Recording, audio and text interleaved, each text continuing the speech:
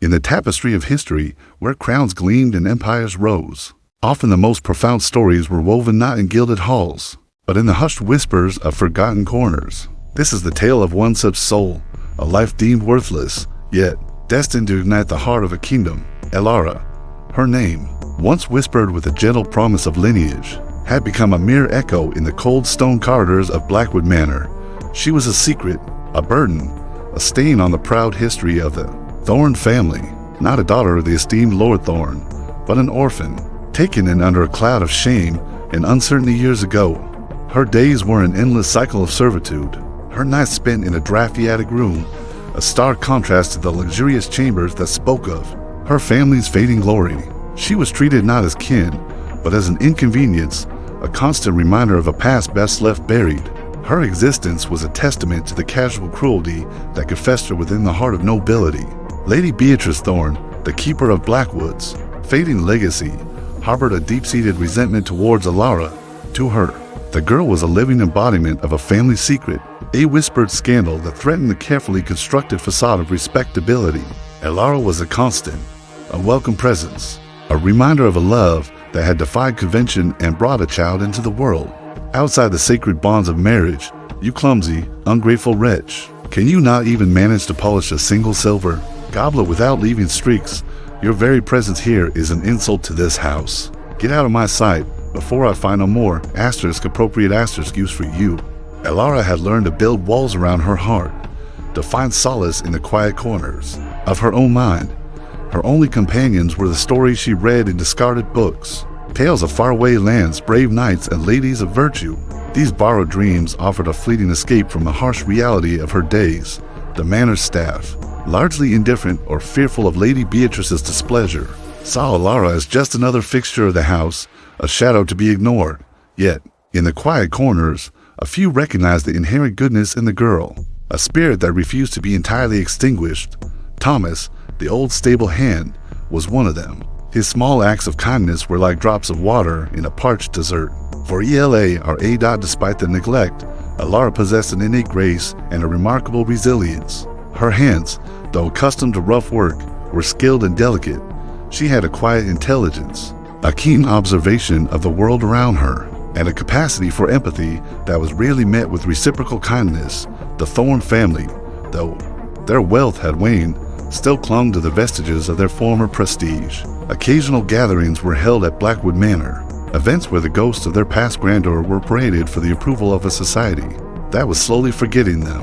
Elara, a living testament to their present decline, was kept meticulously hidden away, a shameful secret concealed behind closed doors. Beyond the desolate grounds of Blackwood Manor lay the bustling, vibrant capital, a world of glittering balls, political intrigue, and the radiant presence of the crown prince. It was a world that seemed as distant and unattainable to Elara as the stars themselves. One evening, as the last echoes of the guest carriage wheels faded into the night, Elara retreated to her solitary room, the weight of her existence pressed upon her, a familiar ache in her soul. She held a small, tarnished locket, its surface worn smooth by countless touches.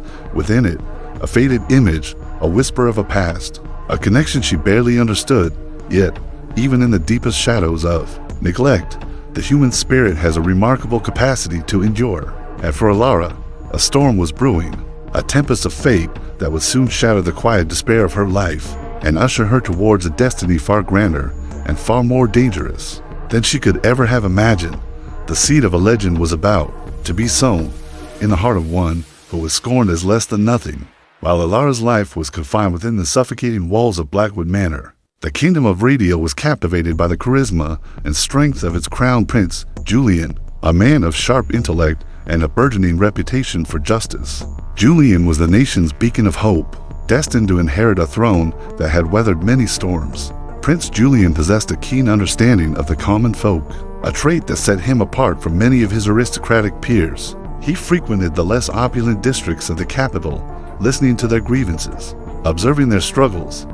It was during one such excursion, cloaked and unannounced, that his path was unknowingly set to cross with Elara's, driven by a desire to understand the true pulse of his kingdom. Julian often ventured beyond the gilded gates of the palace. He believed that true leadership lay not in ornate ceremonies, but in understanding the hearts and minds of those he was destined to rule.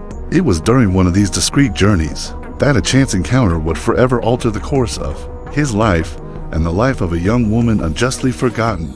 Lady Beatrice, ever mindful of appearances and financial prudence, occasionally dispatched Alara to the local market town for supplies.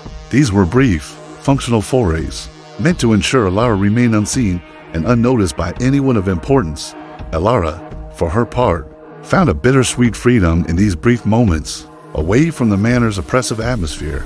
The bustling market, though chaotic, was a live dot. It was on one such errand, a crisp autumn afternoon, that fate, with its unerring hand, intervened. Alara, clutching a short list of items for Lady Beatrice, found herself caught in the throng of the market square. A sudden commotion erupted. A runaway horse, a startled crowd, and a dropped basket of Alara's purchases scattering across the cobblestones dot in the ensuing chaos. Alara, small and overlooked, was jostled and knocked to the ground. Her few coins and the carefully purchased provisions rolled away. Humiliated and vulnerable, she desperately tried to gather what little she had, her face burning with shame as strangers stepped over her. It was then that a figure emerged from the disarray, a man whose presence seemed to command attention even in his humble guise. Prince Julian, his heart stirred by the evident distress of the young woman, moved with a swiftness that belied his casual appearance. "Be careful, young lady. The market could be a dangerous place for the unwary. Let me assist you." Alara, accustomed to indifference, was taken aback by the stranger's unexpected kindness. As he knelt beside her, carefully retrieving her drop coins and the precious ingredients, their eyes met. In that fleeting moment, a spark ignited, an unspoken connection that transcended their vastly different stations. He noticed the worn edges of the book that had tumbled out, a collection of ancient poetry. A subtle curiosity flickered in his eyes. He returned her belongings with a polite nod, his gaze lingering for a moment longer than necessary. "I hope you are not injured. It seems the world conspires to test us today." "Thank you, sir. You are most kind." As Alara quickly retreated towards the familiar, drab path back to Blackwood Manor, her mind was a whirl of confusion and nascent emotion. The encounter had been brief, yet it had left an indelible mark.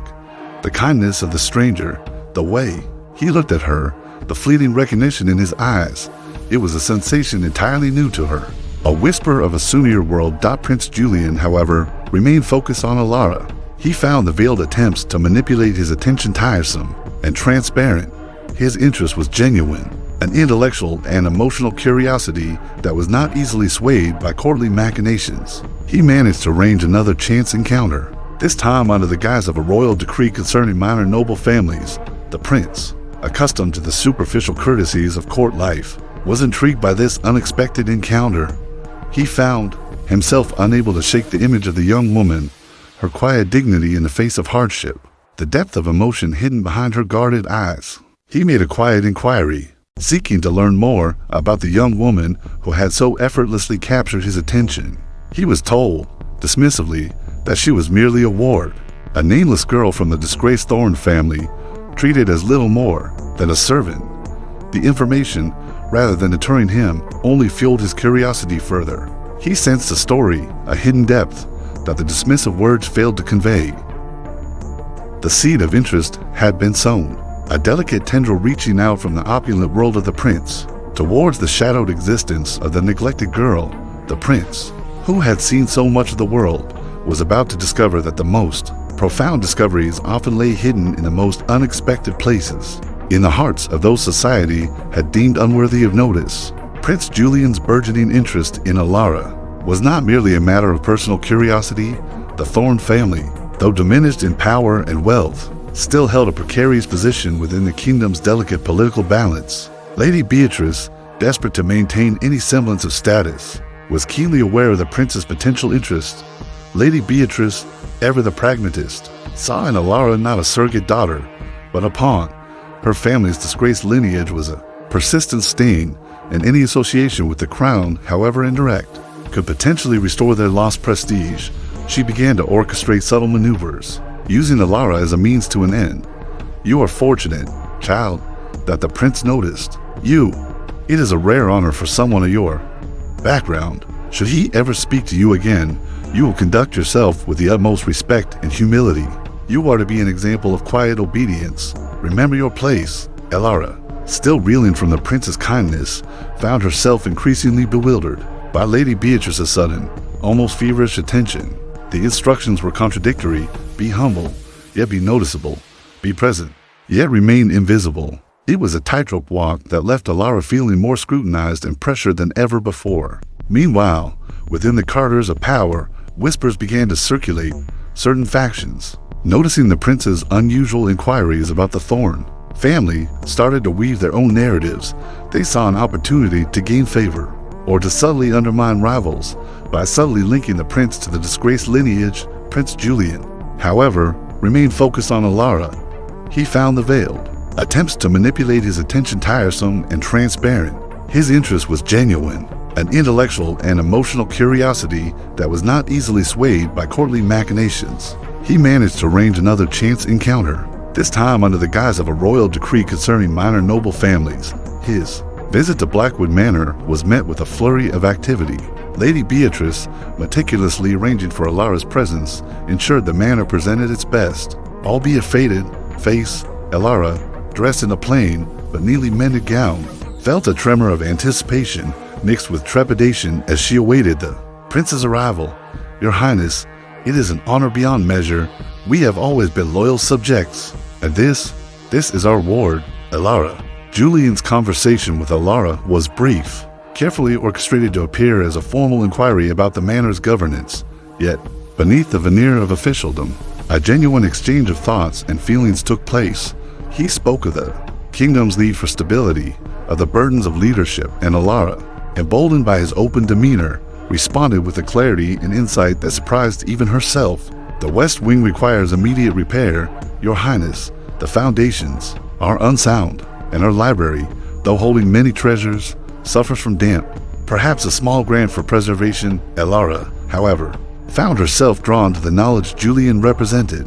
She absorbed his words, his subtle insights into statecraft and society, and began to see the world through a wider lens. The prince, recognizing her potential, began to subtly guide her, providing her with books, and engaging her in conversations that expanded her understanding of the world beyond the manor. But this burgeoning connection did not go unnoticed by the watchful eyes of the court. Rivals of the Thorn family, as well as those seeking to influence the prince, began to interpret Julian's interest in Elara as a potential romantic entanglement, a dalliance that could be exploited. The whispers grew louder, more poignant, suggesting that the prince was being unduly influenced by a woman of no consequence. Elara, caught between her aunt's relentless ambition and the prince's enigmatic interest, began to feel the weight of her precarious position. She was no longer just a neglected ward. She was becoming a figure of intrigue, a subject of both hope and suspicion within the kingdom's intricate web of power. The simple act of being noticed had thrust her into a world far more complex and dangerous than her books had ever described. Prince Julian, increasingly convinced of Elara's worth and intelligence, and frustrated by the veiled machinations of the court, decided to take a decisive step. He saw the potential for Elara to become more than just a curious acquaintance. He recognized in her a spirit that could complement his own vision for Viridia. His decision, however, was met with fierce opposition from entrenched powers. He summoned his inner council, his most trusted advisors. Among them were Lord Chancellor Abernathy, a man whose loyalty was as old as the kingdom's foundations, and Lord Regent Thorn, no relation to Elara's side of the family, a man whose pragmatism often bordered on conservatism. Julian laid bare his intentions, his voice firm with conviction. I have observed Elara Thorn closely. Her intellect, her resilience, and her quiet strength are qualities this kingdom needs. I intend to elevate her status. Your Highness, with all due respect, the Thorn family is problematic. Their lineage is questionable, and this girl has no formal standing. Such a move would be seen as a grave indiscretion, inviting scandal, and undermining your authority. While Lord Regent Thorn speaks of tradition, Your Highness, the prince's intuition is often the guiding force. If the young woman possesses such merit, perhaps her station is a matter of circumstance, not inherent worth. However, the perception of the court must be managed. Baron von Hesse, alerted to Julian's intentions by his spies, saw this as his prime opportunity. he began to rally support among the conservative elements of the nobility, painting Alara as a commoner, an unsuitable influence, a threat to the purity of the royal bloodline. He subtly fueled rumors of illicit affairs and warned of the dire consequences of a prince marrying beneath his station. Lady Beatrice, far from being pleased, grew increasingly anxious. Julian's direct intervention meant her control over Alara was diminishing. Her carefully laid plans for a gradual ascent were being overshadowed by the prince's decisive actions, leaving her feeling sidelined and powerless. She feared that Alara, now under the direct protection of the prince, might reveal truths that could further damage the Thorn name. Julian, undeterred, issued a royal decree. It did not elevate Alara to a noble title, but it formally recognized her as a ward of the crown, granting her protection and a stipend from the royal treasury.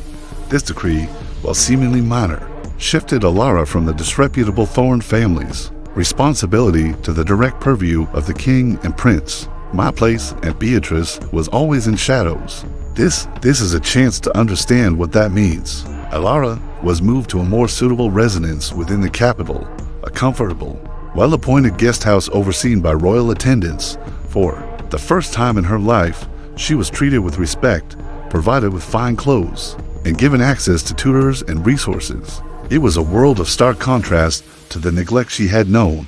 Her education was comprehensive. She studied history, economics, and the complex nuances of Radian law. She learned etiquette, diplomacy, and the art of conversation. Her innate intelligence and thirst for knowledge allowed her to absorb this new world with remarkable speed. Prince Julian visited her regularly, not just to oversee her progress, but to engage in deep conversations, sharing his vision for the kingdom and listening intently to her insightful perspectives. Alara, your understanding of agricultural reform is most astute. The common farmers face immense hardship. What solutions do you propose, Your Highness? A redistribution of unused crown lands, coupled with fairer taxation and access to seed banks, could significantly alleviate their burden. But the infrastructure to support this, Baron von Hesse and his faction, seeing their initial efforts to deter Julian fail, intensified their campaign. They began to spread more insidious rumors, suggesting Alara was using sorcery or manipulation to ensnare the prince. They whispered of her common origins, of her supposed lack of breeding, and the danger she posed to the royal bloodline's purity. Their plan was to discredit her by any means necessary.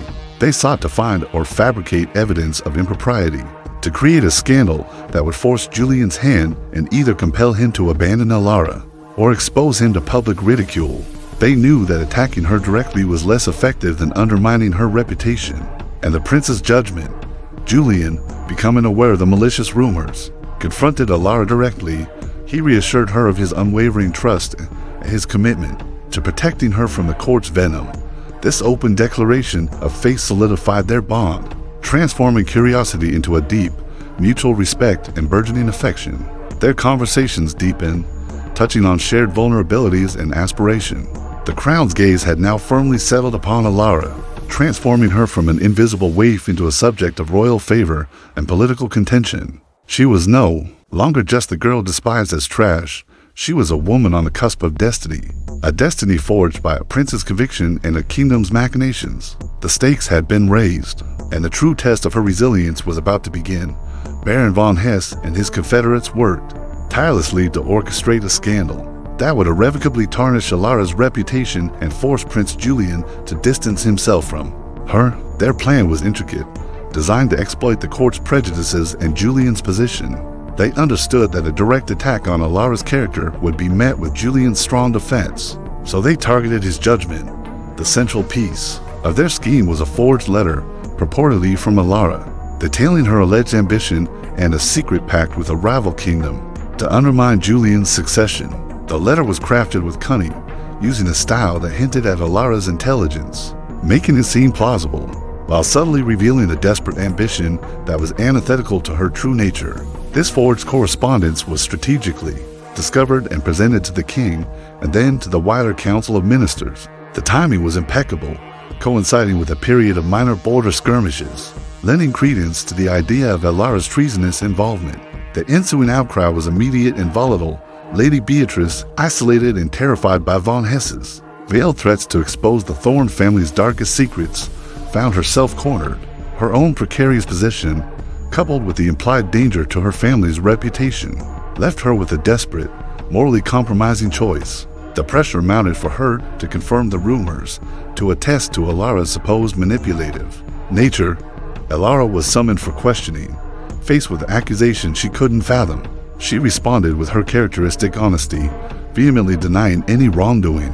Her lack of understanding of courtly deception, her straightforward denials, were misconstrued by her accusers as proof of her guilt, her inability to grasp the gravity of treason. Alara, they are trying to break us. This letter, it is a fabrication. I know you. I believe in you, but we must be cautious. Your safety is paramount.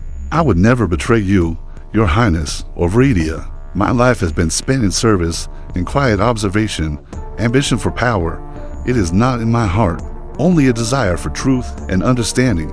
Prince Julian, utterly convinced of Alara's innocence, launched his own clandestine investigation. He dispatched his most loyal agents to gather information, to trace the origins of the forged letter, and to uncover the true perpetrators behind the conspiracy. He knew that simply defending Alara would not be enough. He had to expose the truth unequivocally. His agents soon uncovered crucial evidence: a disgruntled scribe who had been coerced into forging the letter, and a night watchman who had witnessed a cloaked figure entering Alara's quarters on the night the letter was purportedly written. The trail of evidence began to converge, pointing directly to Baron von Hesse and his co-conspirators. In a moment of profound remorse and driven by the fear of her own complicity, Lady Beatrice finally broke. She confessed to Julian, detailing the threats made by von Hesse and her forced silence. Her testimony, though delivered with immense shame, was invaluable, corroborating the evidence Julian's men had gathered and providing a crucial link to the conspiracy. Armed with irrefutable proof, Prince Julian convened a grand council meeting. He presented the forged letter, the testimony of the coerced scribe, the eyewitness account, and Lady Beatrice's tearful confession. He laid bare the conspiracy, revealing Baron von Hesse as the mastermind, his motives rooted in ambition and a desperate attempt to maintain his influence. By preventing Julian from elevating a commoner, the revelation sent shockwaves through the court. Baron von Hesse, cornered and exposed, was arrested. The swift and decisive action of Prince Julian not only cleared Alara's name, but also exposed the deep-seated corruption and treachery that lurked within the kingdom's highest echelons. Alara, her reputation restored, was met by a relieved and deeply affectionate Prince Julian. The ordeal had tested them both, but their shared ordeal had forged an unbreakable bond. The whispers of scandal were replaced by the admiration of a kingdom that witnessed her integrity, and Julian's unwavering loyalty.